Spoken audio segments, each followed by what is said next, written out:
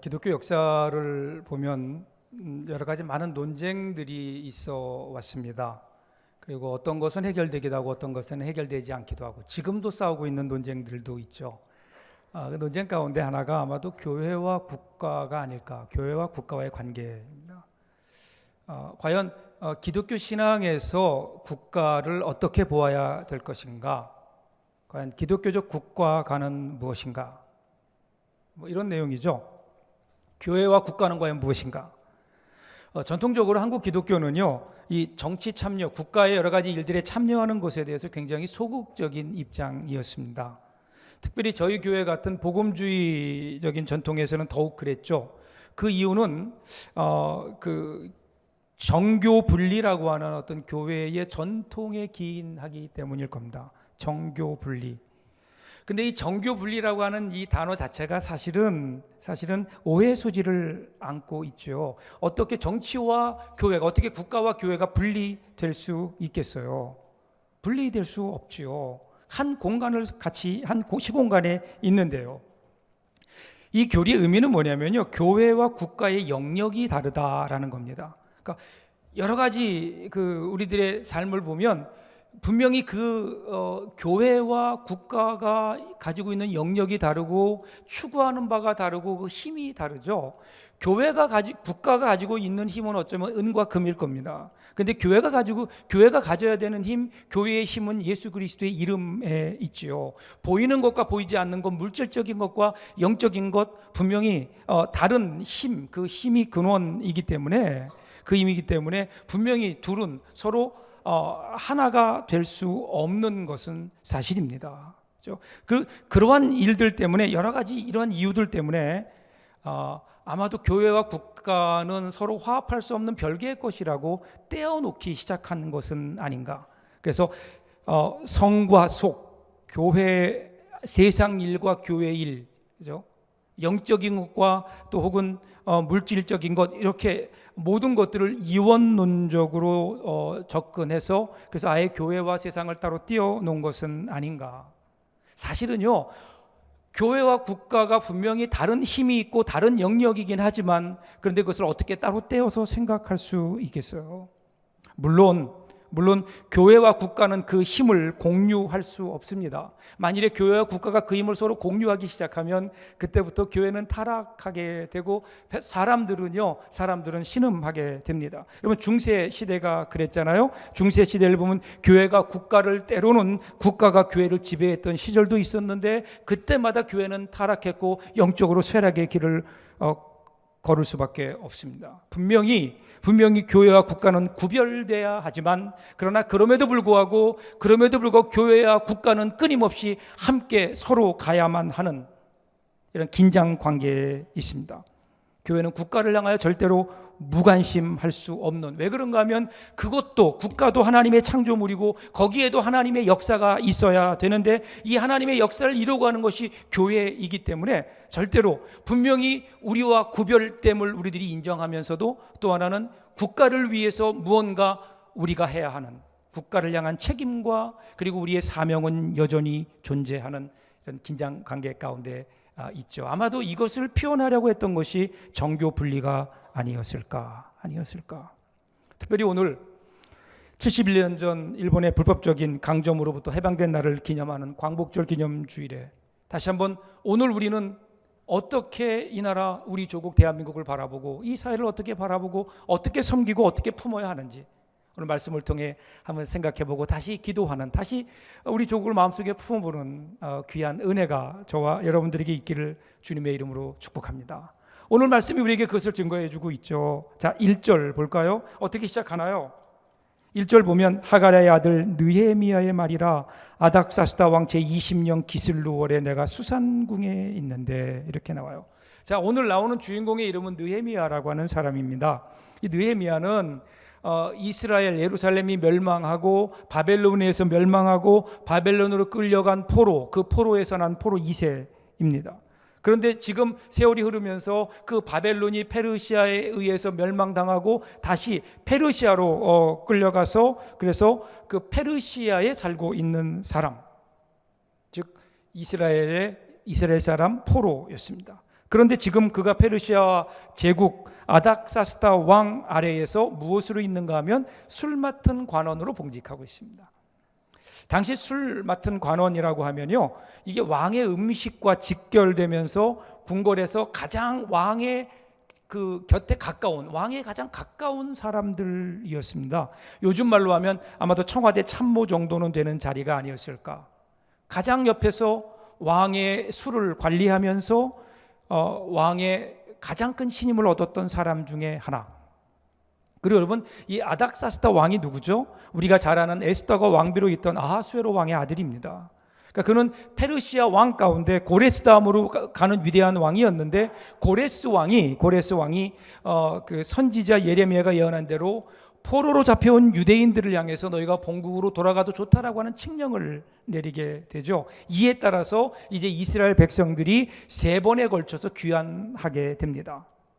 지금 상황은요, 어디 2차까지 마친 상태예요. 자, 1차로 스룹바벨의 인도로 1차 귀환을 했고요. 2차가 에스라의 인도 아래 2차 사람들이 이제 예루살렘으로 귀환하게 되는 겁니다. 자, 1차 귀환한 사람들이 여러 가지 많은 어려움이 있었지만 다시 예루살렘 성전을 건축했어요.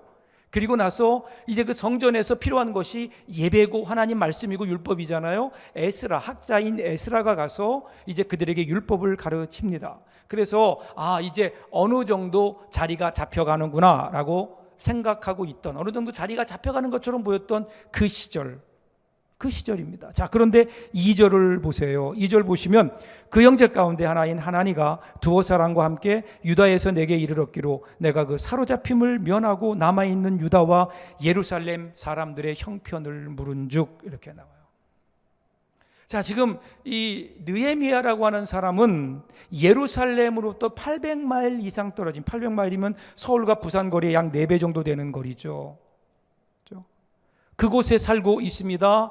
자기가 태어난 곳도 아닙니다. 그런데 거기에서도 이방 나라의 높은 지위에 있습니다. 오늘 아까도 말씀드렸지만 술관원이라고 하면, 여러분 고대에는요, 왕을 죽일 수 있는 가장 좋은 방법이 왕이 먹는 음식과 술에다가 독을 타는 거예요. 독살하는 거예요. 그래서 왕은 언제나 가장 신경 썼던 자리가 술 맡은 관원, 그리고 그 음식을 맡은 관원이었습니다. 자기 목숨을 맡기는 거거든요. 그러니까 오늘날로 따지면 뭐 거의 경호실장 뭐 그런 겁니다. 그러니까 느헤미야는 상당히 높은 위치에 있었어요. 아쉬울 것이 없었습니다. 지금 뭐 그곳에 살면서 나름대로 성공하며 살고 있던 사람이에요. 그런데 그의 마음속에는 언제나 빈 곳이 있었어요. 그것은 뭐냐면 하나님의 나라, 자기 부모의 나라, 조국 예루살렘에 대한 관심이었다는 겁니다. 그래서 어느 날 어떤 한 사람이 자기 아는 친구 중에 한 사람이 예루살렘에 갔다가 왔다고 하니까 거기에 귀가 번쩍 트인 거예요. 그래서 그곳의 형편이 어떤가 묻습니다. 지금 느헤미야는 관심이 있는 거예요. 조국에 대한 관심, 나라에 대한 관심, 이웃에 대한 관심, 그곳에 대한 관심 때문에 그는 그곳에서 일어났던 이야기를 들을 수 있었습니다. 아마도 여러분 많은 사람들이 그렇게 얘기할 때 그냥 지나칠 수도 있었을 거예요. 왜 그럴까요? 관심이었기 때문에 그래요. 이 느헤미야가 들을 수 있었던 것은 관심입니다. 관심. 역사의 현실을 들을 수 있는 관심. 오늘 우리의 관심은 과연 어디에 있습니까? 여러분, 사람은 관심이 있는 것을 들을 수 있어요. 우리가 많은 소식들을 듣지만, 많은 이야기들을 듣지만, 사실은 우리 귀에 들어오는 것은요, 나의 관심과 맞아떨어지는 거예요. 내가 어디에 관심이 있느냐, 내가 돈에 관심이 있을 때 돈의 이야기들이 내 귀에 들어오기 시작합니다. 그렇죠? 요즘 올림픽 하죠? 요즘 스포츠에 관심 있는 사람은 모든 뉴스들 가운데 스포츠만 귀에 들어오게 되어 있는 겁니다. 자, 중요한 것은 오늘 우리들의 관심입니다. 우리들의 관심이 어디에 있느냐? 우리의 관심이 있는 그것을 우리는 들을 수 있는 거거든요. 그런데 지금 이 느헤미야를 보니까 느헤미야의 관심은 망해가는 조국, 멀리 떨어져 있는 조국에 대한 관심이었다는 겁니다. 그 관심. 이것을 가리켜 사실은 이 관심으로부터 시작해서 우리의 귀가 열리게 되고요. 그래서 귀가 열렸을 때 우리가 이 땅의 신음소리를 듣고 이 땅의 아픔을 듣는 그것을 역사의식이라고 그렇게 이야기합니다. 이 땅의 역사가 도대체 어디로 가고 있는가? 이 땅에 어떤 일들이 일어나고 있는가? 우리는 흔히 그리스도인 그러면 현실에 눈 감고 하늘만 바라보고 하늘만 소망을 두고 살아가는 사람이라고 생각하기 쉬운데요. 그러나 성경에서 얘기하는 진정한 그리스도인들은 하늘의 소망을 가지고 하나님을 기뻐하는 분명한 삶이 모습이 우리에게 있지만, 또 하나는 하나님이 기뻐하시는 삶을 이 땅에 살기 위해, 이 땅을 그렇게 만들어가기 위해서 역사와 그리고 현실 앞에서 책임지는 책임적 존재로 서는 것, 이것이 여러분 그리스도인의 모습입니다. 책임적 존재. 오늘 우리는 과연 얼마나 관심을 가지고 있습니까? 우리나라, 우리가 살고 있는 이 조국에 대해서, 이 대한민국에 대해서 우리는 어떤 관심을 가지고 있는지. 역사학자 아놀드 토인비가요, 지금까지 있었던 멸망한, 이따가 소멸해버린 21개의 문명을 조사했는데 그 가운데 19개의 문명이 외부의 침략이 아닌 내부의 문제로 멸망했다, 그렇게 얘기합니다. 그리고 내부의 문제라고 하는 것은 조국에 대한 무관심이었습니다. 멸망한 문명의 특징을 보면은요, 국민들이 자기 나라에 대한 그 어떤 관심도 없었고 그 국가에 속한 국민이라고 하는 정체성도 없었다는 겁니다. 그 무관심이 그 문명을 몰살시켜 버린 겁니다. 무관심은 멸망으로 이끄는 겁니다. 오늘 우리의 모습은 어떤가요? 과연 대한민국의 미래가 어디에 있다고 생각하십니까? 우리가 가지고 있는 돈, 경제력, 국방력에 있다고 생각하시나요? 오늘 성경은 우리에게 분명히 얘기합니다. 관심이 있느냐고요. 이 나라 이민족, 우리가 이 나라 이민족을 사랑하는 오늘 이 시대의 그리스도인으로 살아가기 위해서 첫 번째 우리가 가져야 되는 분명한 것은 관심이라는 겁니다. 우리의 귀를 여는 겁니다. 우리의 마음을 여는 겁니다. 이 땅에 어떤 일이 일어나고 있는지 이 나라 이민족을 향하여 우리의 마음을 열고 귀를 여는 관심. 오늘 저와 여러분들에게 그런 관심이 열려질 수 있기를 주님의 이름으로 축복합니다. 자, 이 관심이 어디로 이어지는 줄 아세요? 이 관심이 그 다음으로 이어지는 거예요. 자, 3절 보세요. 이어져 나오는 소식들은 충격적입니다. 그들이 내게 이르되 사로잡힘을 면하고 남아있는 자들이 그 지방 거기에서 큰 환난을 당하고 능력을 받으며 예루살렘 성은 허물어지고 성문들은 불탔다 하는지라. 이렇게 나와요. 여러분, 이 나라가 무너졌어요. 세월이 그렇게 흘렀어요. 그리고 1차 스룹바벨이 돌아갔고요. 뒤를 이어서 에스라도 거기 귀환했어요. 그런데 여전히 예루살렘 성은 무너져 있고 성문은 불타서 없어서 모든 것들이 방치되어 있다는 거죠. 기간 시설이 다 파괴되어 버리고 예루살렘은 사람이 살지 않는 황폐한 도시로 변해가고 있다. 이 소식을 듣는 순간 예레미야는 마음에 충격을 받습니다. 충격을 받아요. 그것이 그냥 남의 이야기가 아닌 거예요. 나의 이야기로, 나의 아픔으로 다가오는 겁니다. 그래서 그는 그 앞에 충격을 받고 그 소식을 듣고 수일 동안 울었다. 수일 동안 울었다라는 겁니다. 그 소식이 울게 하는 겁니다. 그 소식에 대해서 공감하는 눈물인 거예요. 공감하는 눈물. 오늘 우리들이 두 번째 생각해야 될 것은 우리의 관심이 어디 있느냐는 것과 함께 우리가 바라보는 우리 시대의 아픔을 우리는 같이 느끼고 있는가? 우리 조국 대한민국이 지금 신음하고 있다면 그 신음하는 그 아픔이 오늘 나에게도 느껴지고 있는가? 몇 주 전에 제가 여러분 사이코패스에 관해서 이야기했죠. 근데 이 사이코패스와 함께 등장하는 말이 있어요. 그것은 소시오패스라는 겁니다. 소시오패스. 이 소시오패스는요, 성공한 사람들 중에 꽤 많아요. 의외로 꽤 많은데요. 겉으로는 능력 있고 쉽게 감정에 흔들리지 않고 용의주도하게 일처리를 하는 아주 이성적인 사람으로 비춰집니다. 그런데 그 내면을 열어보면 내면은 텅 비어 있어요. 아무도 없어요. 자기밖에 없어요. 자기밖에 없어요. 나 외에는 다른 사람에게 관심을 갖지 않고 오직 내 문제, 내 인생, 내 생각만 하며 살아가는 사람. 다른 사람이 있질 않아요. 그러니까 다른 사람과 공감할 수가 없는 거예요. 그 안을 열어보면 자기밖에 없어요. 자기밖에 없어요. 겉으로 이것은 사이코패스와는 다르게 폭력적이지 않기 때문에 나에게 피해를 주지 않으면 나도 그에게 피해를 주지 않으니까 겉으로 볼 때는 별 문제가 없어 보이지만, 그런데 여러분 심리학자들은 이것을 반사회적인 질환으로 분류하고 있는 겁니다. 여러분 생각해 보세요. 아무도 없어요. 나밖에 없어요. 내 마음속에. 그리고 자기 중심으로 자기만 더불어 살아가는 사람, 그 사람의 마음은 얼마나 삭막할까요? 아무도 없는, 아내도 없고요, 사랑하는 친구도 마음에 없고요, 그냥 혼자 살아가는 메마른 가슴. 혹시 여러분 오늘 우리도 정도의 차이는 있지만 점점 우리의 마음이 소시오패스처럼 변해가고 있는 것은 아닌가? 다 떨쳐버리고 나만 존재하는. 여러분 만일에 우리가 살고 있는 이 세상이 다 소시오패스들이 모여 산다고 생각해 보세요. 나만 생각하는 이기적인 사람들이 산다면 과연 우리가 살고 있는 이 사회는 건강해질 수 있을까요? 행복할 수 있을까요? 우리나라, 우리 조국이 건강해질 수 있을까요? 예수님이 이 땅에 계시면서 3년 동안 사역을 하셨어요. 3년 동안 많은 사람들을 만나셨는데 예수님이 주로 만난 사람들 보면 다 아픔이 있고 약함이 있는 사람들이었어요. 그래서 예수님께서 그들을 보시면서 동일하게 예수님 마음속을 표현했던 단어가 하나 있어요. 그게 뭐냐면 불쌍히 여기사라는 거예요. 불쌍히 여기사. 예수님은 이 땅에 만나는 모든 사람들, 아픔이 있는 사람들을 보면서 그들을 향해서 불쌍히 여기셨다 이렇게 얘기했어요. 이 불쌍히 여겼다라는 말을 영어로 보면 compassion이야.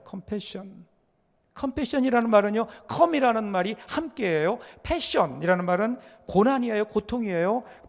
합쳐보면 뭐죠? 함께 고통을 느끼는 거예요. 이것이 주님의 마음이었다고요. 주님의 마음은, 주님은 이 땅에 오셔서 우리를 보면서 우리의 아픔을 주님의 아픔으로, 우리의 절망을 주님의 절망으로, 우리의 약함을 주님의 약함으로 주님이 함께 느껴주셨다라는 거예요. 단순히 생각이 아니에요. 귀로만 들은 게 아니에요. 마음으로 느끼는 거예요. 거기에서 사랑이라고 하는 에너지가 나오는 것 아닐까요? 거기에서 에너지가 나오는 거예요. 근데 오늘 우리의 마음속에 이 공감하는 마음이 있는지, 우리 주위의 이웃들의 아픔을 바라보면서 그 아픔이 나의 아픔으로 다가와서 내 마음을 칠 때 거기에서 그 주님의 사랑이 우리 가운데 터져 나올 수 있을 텐데, 오늘 우리는 그것에, 이웃의 아픔에 대해서 우리의 눈을 감아버리고 귀를 닫아버리고 가슴을 닫아버리고 살고 있는 것은 아닌가. 자, 여러분 좀 마음을 열었으면 좋겠어요. 자, 마음이 통하려면 어떻게 될까요? 마음이 통하려면 눈이 먼저 마주쳐야 됩니다. 그래서 여러분 유명한 복음송가 있죠? 사랑은 아무나 하나 눈이라도 마주쳐야지, 그렇죠? 이웃들의 소리를 들으려면 우리의 눈을 들어 이웃들을 좀 바라보아야 됩니다. 제발 여러분 그리스도인이라면 소시오패스처럼 살지 마십시오. 나만 바라보는 메마른 삶 행복하지 않아요. 우리 주위의 어려운 이웃들을 좀 바라보십시오. 그러기 위해서 나를 열 줄 알아야 됩니다. 내 자신을 공개해야 되는 거예요. 내 자신을 공개해야 되는 거죠. 여러분 도산 안창호 선생님이 과거에 이 땅에 다시 돌아왔을 때 아마도 일본 식민지 시대의 경험을 통해서 우리나라 백성들은 서로를 믿지 못했어요. 서로를 향해 오픈하지 못했어요. 그때 그분이 온 이 한반도를 돌아다니며, 전국 방방곡곡을 돌아다니며 그분이 했던 이야기가 뭔지 아세요? 우리가 공부할 게 있습니다. 우리가 배워야 될 게 있습니다. 사랑을 공부합시다. 사랑을 공부합시다. 사랑을 공부합시다. 이것이 도산 안창호 선생님이 이야기했던 그 강연의 내용이었습니다. 사랑이란 게 뭐예요? 자기를 여는 거예요. 오늘 여러분 이 땅을 살아가는 그리스도인들이 이 나라 이민족을 위하여 해야 될 일이 무엇일까요? 그것은 우리의 관심을 갖는 것과 함께 또 하나는 이 시대의 아픔을 향하여 우리의 마음을 열고 그 아픔이 나의 아픔이 되도록 그들을 정말 예수님 마음을 가지고 불쌍히 바라볼 수 있는, 여러분 그 공감의 마음이 우리에게 있어야 하지 않을까요? 공감할 때 여러분 거기서 새로운 에너지가 나와요. 주님이 우리에게 주시는 새로운 에너지가 있어요. 여러분 그 에너지가 뭔지 아세요? 그 다음을 보세요. 4절 보면 내가 이 말을 듣고 앉아서 수일 동안 슬퍼하며 울고 수일 동안 슬퍼하며 하늘의 하나님 앞에 금식하며 기도하여. 뭐 했나요? 그 에너지가 뭐예요? 하나님을 향하게 하는 거예요. 하나님을 향하게 하는 거예요. 여러분 아무나 하나님 앞에 설 수 있는 것 아니잖아요. 이 에너지가 우리로 하여금 하나님 앞에 서게 하고 하나님을 향하여 기도하게 하는 거예요. 진정한 기도는, 나라 민족을 위한 진정한 기도는 여러분 여기에서 나오지 않을까요? 지금 왜 기도할까요? 그분이 역사의 주인이시기 때문에 그래요. 그분만이 역사를 바꾸고 새롭게 하실 수 있는 유일한 분이시기 때문에 많은 사람들이 역사를 이끌어가는 것이 어떤 특정한 사람들이라고 생각합니다. 또 어떤 사람들은 이 나라의 역사를 이끌어가는 것이 정치인들이라고 생각하고 경제를 이끌어가는 사람이라고 생각합니다. 어떤 분들은요, 이 땅의 역사를 이루어가는 것은 군대의 힘이라고 생각하기도 하고요, 돈이라고 생각하기도 합니다. 혁명이라고 얘기하는 분들도 있습니다. 그러나 여러분, 역사를 보세요. 그렇지 않잖아요.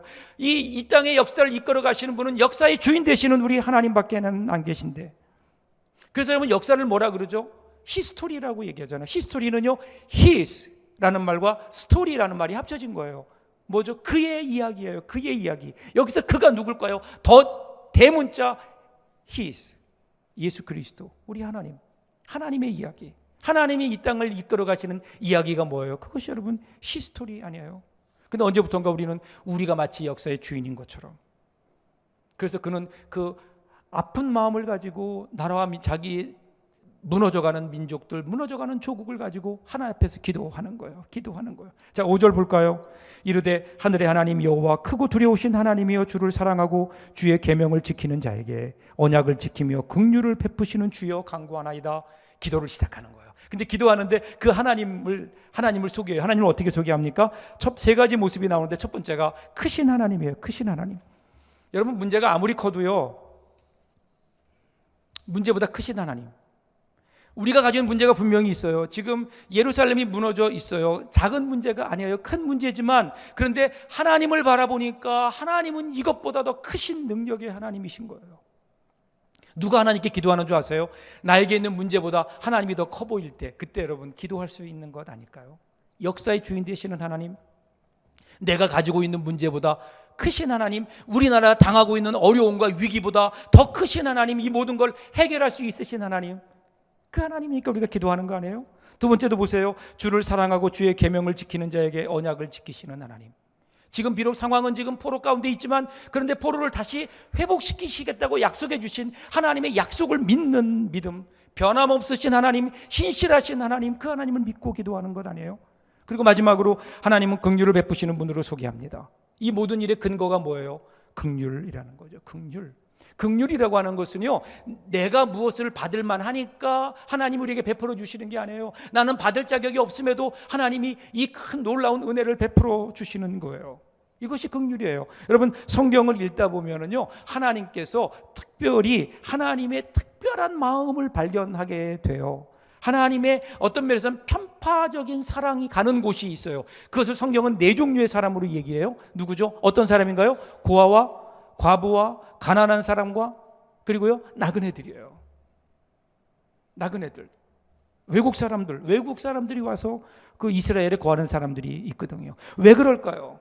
왜 하나님은 그들을 향하여, 가장 소외되고 가장 약한 그들을 향하여 하나님은 그들을 편파적인 사랑으로 그들을 향하여 가실까요? 그 이유는요, 간단해요. 그건 하나님이 그런 분이에요. 하나님의 속성이에요. 약한 것을 보시면 하나님은 참지 못하세요.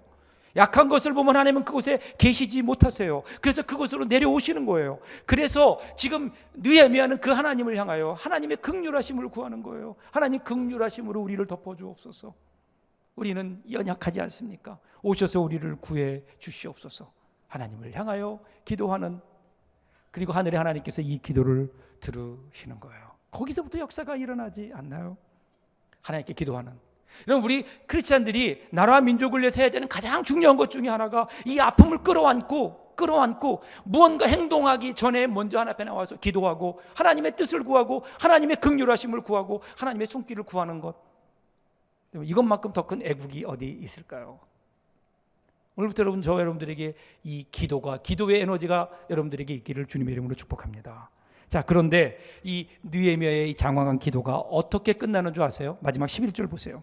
주여 구하오니 귀를 기울이사 종의 기도와 주의 이름을 경외하기를 기뻐하는 종들의 기도를 들으시고 오늘 종이 형통하여 이 사람 앞에서 은혜를 잊게 하옵소서 하였나니 그때에 내가 왕의 술관원이 되었느니라. 이렇게. 무슨 얘기일까요? 이제 결심하는 거예요. 그전까지는 그저 가슴으로 아파만 하고, 그리고 하나님 앞에 기도하는 걸로 끝나지 않고 그가 그 일을 위해 하겠다고 구체적으로 결단하는 겁니다. 오늘 종이 형통하여 이 사람 앞에서 은혜를 입게 하옵소서. 이 사람이라는 것이 바로 아닥사스다 왕이거든요. 이제 하나님, 내가 그곳을 향해 가야 되겠습니다. 하나님이 부르시는 자리이기 때문에 내가 가야 되겠습니다. 그곳에 가서 무너진 성벽을 제가 다시 수축하겠습니다. 그러기 위해서 하나님 나에게 은혜를 주십시오. 이렇게 고백하고 있는 겁니다.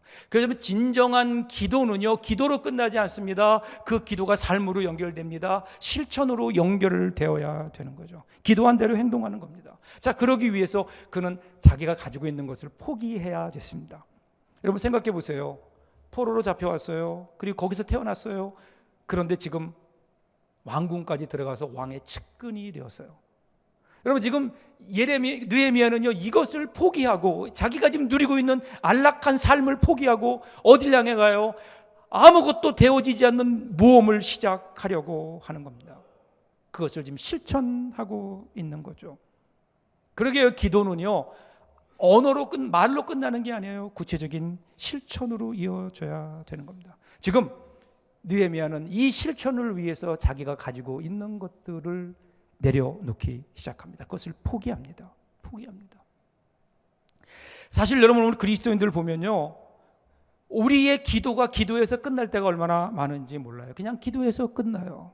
그래서 대체적으로 우리 기독교인들은 지금까지 보면 사회적인 불의와 약자의 고통에 침묵하며 무관해온 것이 사실입니다. 이 나라 이 민족의 아픔에 대해서 그동안 우리는 우리 일이 아닌 것처럼, 교회 일이 아닌 것처럼 혹시 우리 교회가 무관심해 온 것은 아닌가. 여러분, 우리 신앙을 가만히 보세요. 내세의 천국과 현세의 축복을 갈구하는 기도들은 우리에게 많은데, 그 기도의 소리는 갈수록 높아지는데, 이 시대의 아픔과 이 나라 이 민족이 안고 있는 여러 가지 문제들을 향하여는 과연 우리가 얼마나 기도하고 있는지, 오늘 혹시 우리 무관심한 것은 아닌가. 우리도 모르는 사이에 우리도 영적인 소시오패스가 되어서 나만 복받고 나만 잘 살면 된다고 하는 이기적인 생각에 사로잡혀서 나를 닫아버리고 있는 것은 아닌가. 여러분, 우리가 믿는 예수님 보세요. 우리 예수님 어떤 분이세요? 예수님은 우리를 긍휼히 여기셨어요. 우리를 불쌍히 여기셨어요. 이대로 두면 죽을 수밖에 없기 때문에 그대로 둘 수 없어서 예수님께서 인간의 몸을 입고 이 땅에 오셨다고요. 구체적인 액션이 있었어요. 그러기 위해서는요, 하늘의 영광을 버리시는 거예요. 하나님 되심을 포기하시는 거예요. 하나님의 아들 되심을 포기하고 이 땅의 가장 낮은 곳에 오셔서 가장 비참한 방법으로 우리를 위해 죽으실 수밖에 없는, 이것이 예수 그리스도의 모습이라면 오늘 이 시대를 살아가는 우리들, 그 주님의 뒤를 따른다고 한 예수님의 제자들, 우리들이 따라가야 될 일은 무엇일까요? 바로 주님의 뒤를 따라가는 것 아닐까요? 오늘 우리가 누리고 있는 것들을 조금이라도 내려놓고 포기하고, 누구를 위해서요? 하나님을 위하여, 이 나라 이 민족을 위하여, 우리 주위에 어렵고 힘든 사람들을 위해서 조금이라도 내려놓고 그곳을 향해 내려가는, 이것이 오늘 이 시대를 살아가는 우리가 해야 될 나라 사랑의 길이 아닐까. 욕심을 좀 내려놓아야 됩니다. 그럼 좀 더 쉽게 말씀드릴까요? 우리가 누리고 있는 것에 조금만 내려놓으면 돼요. 다 내려놓자는 거 아니에요. 내가 누리고 있는 편안함의 10%만 양보해서 불편한 가운데 있는 이웃들에게 좀 우리가 나눌 수 있다면, 여러분, 이 세상이 좀 달라지지 않을까요? 내가 누리고 있는 물질의 1%만 좀 절약해서 그것들을 주위에 그도들 필요하는 어려운 이웃들과 더불어 나눌 수 있다면 이 세상이 분명히 달라질 텐데, 내가 누리고 있는 건강, 그 건강을 우리 주위의 어려운 이웃들과 약한 이웃들과 나눌 수 있다면, 내가 지금 누리고 내가 쓰고 있는 시간의 일부분, 작은 부분만이라도 우리의 이웃들과도, 그것을 필요하는 이웃들과 더불어 나눌 수 있다면, 여러분, 이 땅에 무너져가는, 이 땅에 무너져 있는 이 대한민국의 곳곳이 우리들의 희생과 노력으로 바로 세워지지 않을까요? 오늘 저는 여러분들에게 그 결단이 있기를 주님의 이름으로 축복합니다. 느헤미야가 자기 것을 내려놓고 예루살렘 향해 갔을 때 예루살렘 성이 수축되었듯이, 오늘 우리가 가지고 있는, 우리가 누리고 있는 것들 조금만 내려놓고 조금만 낮은 곳으로 내려간다면 이 땅이 분명히 달라질 겁니다. 사랑하는 여러분, 오늘이 광복절이죠. 여러분 기억하시나요? 저는 그때 태어나지 않았지만 일본의 침략으로 우리 조국의 주권이 무너졌을 때 그것을 붙들고, 무너진 조국을 붙들고 무너진 조국의 주권을 붙들고 다시 세워보려고 하는 사람들이 있었잖아요. 그 독립군들, 독립운동하는 분들이었습니다. 그분들을 통해서 하나님께서 이 땅을 저는 세워주셨다고 믿습니다. 오늘 우리 이 시대도 보세요. 나라가 무너져가고 있어요. 우리 대한민국 곳곳이 무너져 내리고 있습니다. 기업이 무너진다고 합니다. 경제도 위태롭다고 합니다. 사회 기강이 무너지고 있다고 해요. 사회 정의도 무너지고요. 가정도 무너져 내리고 있고요.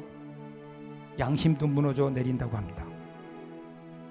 더욱 우리의 마음을 아프게 하는 것은 우리의 자녀들이 무너져 내리고 있다는 거예요. 근데 여러분, 그것보다 더 큰 문제가 뭔지 아십니까? 이 땅에 많은 곳에서 무너져 내려가는 그 모습을 보면서 아무렇지도 않은 무너진 오늘 이 시대 우리 그리스도인들의 마음이 아닐까. 우리 마음이 무너졌어요. 그래서 무너짐을 보면서 안타까워하지 않나. 오늘 이 시간에 여러분의 마음을 좀 세워볼 수 있기 바랍니다. 여러분의 마음부터 한번 세워보세요. 무너진 여러분, 우리의 마음부터 세우고, 그리고 나아가 이 나라 이 민족 무너진 곳을 세워가는, 이 땅에 새로운 하나님 나라를 건설하는 우리 하늘나라의 독립군처럼 살아가는 우리들 되면 얼마나 좋을까요? 오늘 이 아침에 저 여러분들에게 그 은혜가 있기를 주님의 이름으로 축복합니다. 기도하겠습니다.